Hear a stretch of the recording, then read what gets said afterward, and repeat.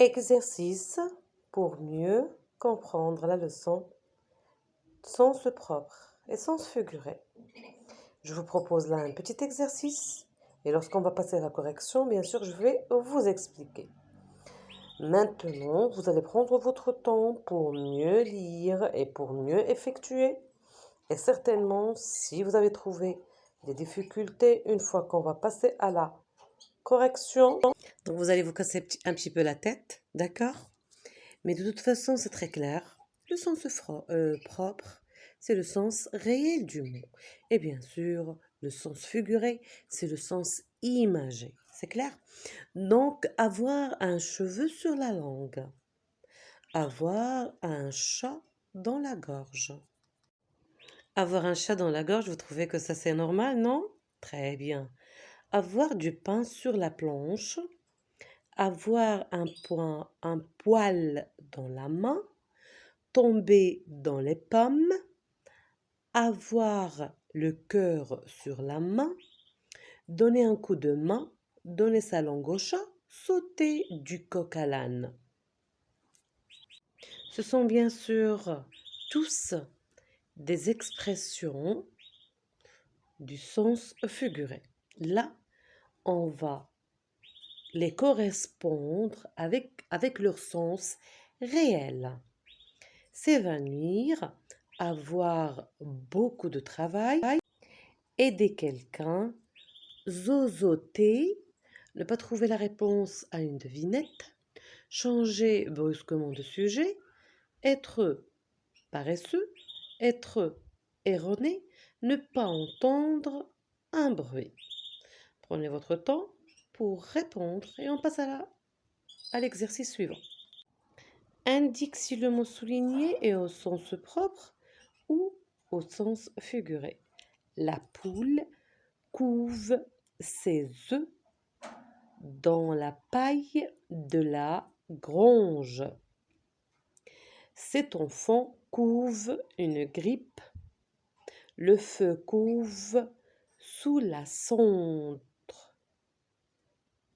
Bien sûr, le mot souligné, c'est le verbe couver, couve. Donc, pour comprendre son sens, vous pouvez utiliser le dictionnaire.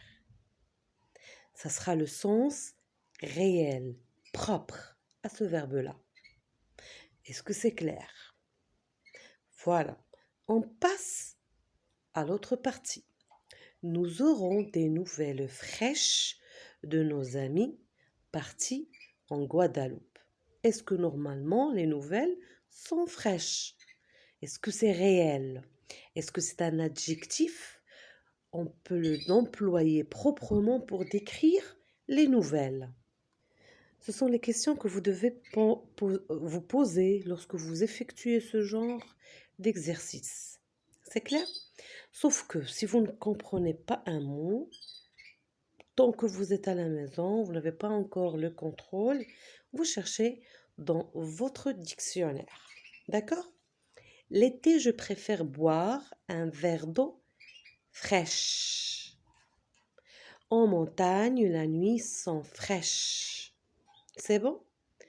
Les enfants ont attrapé des papillons. Chaque hiver, j'attrape une mauvaise grippe. Attraper une grippe. Donc, vous imaginez, est-ce qu'on peut saisir, attraper, avoir dans la main une grippe? Grande question. Ce sont les questions que vous devez vous poser si vous voulez bien réussir ce genre d'exercice. Un bouchon de 10 km arrête la circulation. On connaît tous le mot bouchon, que signifie-t-il? Vous imaginez devant un bouchon qui va arrêter la circulation de 10 km, c'est colossal. C'est vraiment colossal, c'est très énorme. Oui, non. Passons à la deuxième phrase. Ces bouteilles de lait ont des bouchons en liège. Donc, vous avez bien saisi, bien compris comment il faut procéder? Super. Surtout, prenez votre temps pour bien comprendre. Cet homme a des soucis, il a l'air sombre. La pièce est sombre. Allumons la lumière. Là encore, vous pouvez consulter le dictionnaire. D'accord? Dernier exercice, entoure l'expression avec l'explication qui lui correspond. Se creuser la tête, se faire opérer du cerveau,